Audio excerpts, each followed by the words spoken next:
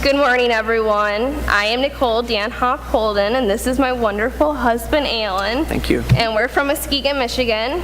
And today, our 4-year-old son, Ethan, is sitting there in the back, and along with my 1-year-old that I think is sleeping. And I'm also pleased to have my mom here with me.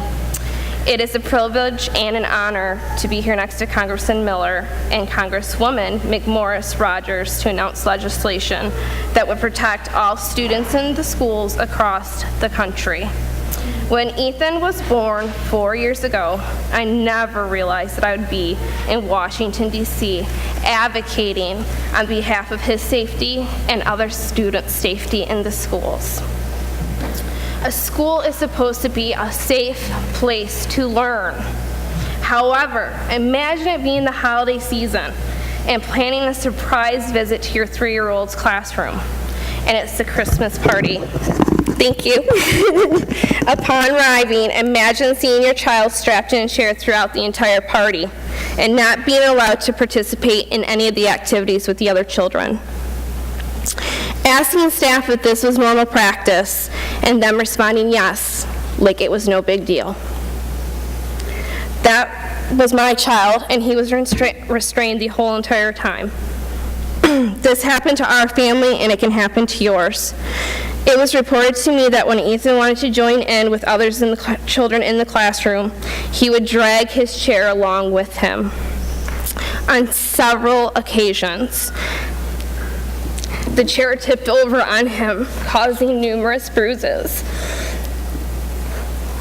I just believed what the school told me when we questioned them several times on what had happened to him, and they told us it happened on the playground. It would not admit any fault of their own.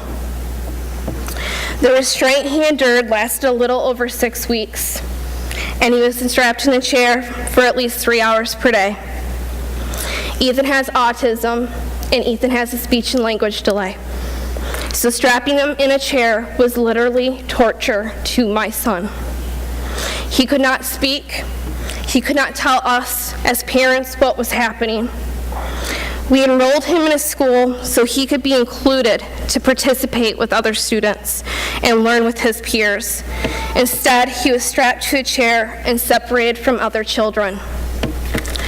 I was especially angry because prior to enrolling Ethan in the school, my husband and I had specifically asked during his first IEP meeting that Ethan was not to be restrained.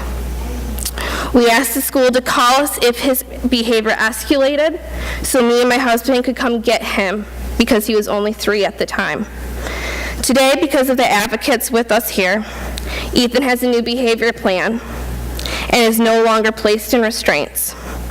Although Ethan now attends a school that he loves, the damage that he experienced through those months of restraint still remain. Besides being delayed in some of his skills, he now must take anti-anxiety medication before school each morning. We are just one family who has experienced these actions. How many more must endure the pain and frustration of viewing their son or daughter to be strapped in a chair or even placed in an isolation unit because it's considered legal? My husband, Alan, is a disabled war veteran from Iraq. If he saw these practices during his service, those responsible could and would be court-martialed. Why in 2009 can't we protect our own kids? I would like to see what happened to Ethan completely stopped. It's happening because people don't know it's happening, and people don't know how to support children with these types of disabilities in positive ways. I consider it child abuse. Once again, we want to thank Congressman Miller and Congresswoman McMorris Rogers for introducing this bill, and look forward to the day where we don't have to worry about Ethan or any other child being strapped to a chair, tied to a chair, locked alone in seclusion rooms, or hurt in any other way. Thank you for your time. Thank you.